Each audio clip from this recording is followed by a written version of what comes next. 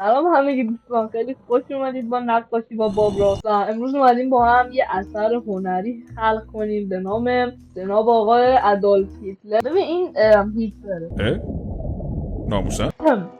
اول از همه از یک صورت زیبا شروع میکنیم که اینطوریه تقریبا صورت ایشون.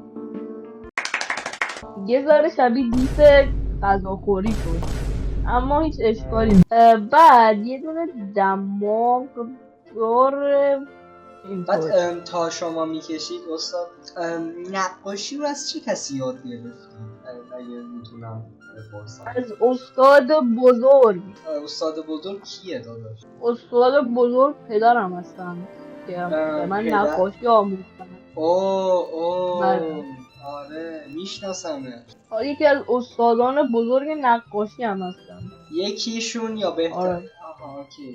یکیشونم بهترینشون نیستن اما یکیشون هستن دیگه. شما واقعا خیلی استاد خوبی هستن، چون معلومه شما خیلی خوب یاد گرفتید. شما البته نه که اینجوری مثلا خودتون هم خیلی استعداد دارید. خب نه داشت تازه هنوز شروع نشده. این الان هنوز تازه این طرح اولیه است دوستان. هنوز موها مونده.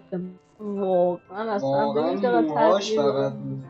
هیتلر چشاش سبز بود درسته. آره داداش سبز بود، صورتی بود یا میبینم خندم میگه اون کرواتش اون چیه؟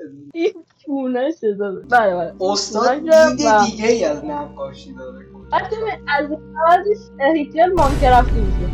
وارد دنیای مانکرافت میشه. بذار اصلا یه کاری برات بکنم. آخه کیوتی استاد ببین واقعا نچراله، واقعا نچراله. نه داشت از این عکس هم نچرال تر شد. نگاه کن واقعا اکثرا میدیدم یاد هیتلر میافتادم. یه لحظه داشت من درگیره. الان عالی شد. الان عالیه. عالی. اصلا یه قلبم میکشم اینجا به نشانه اعتراض. این قلب نیست. قلب باشه عالی. آقا اینو بذاری رو پروفایلتون، خیلی هم قشنگه. عالی اصلا. اینو بذاری 100 تا دی ام میگیری. دقیقا همه اصلا درگیرتون میشن. آره دیگه مجبوری دایرکتاتو ببر. مجبوری از ایران فرار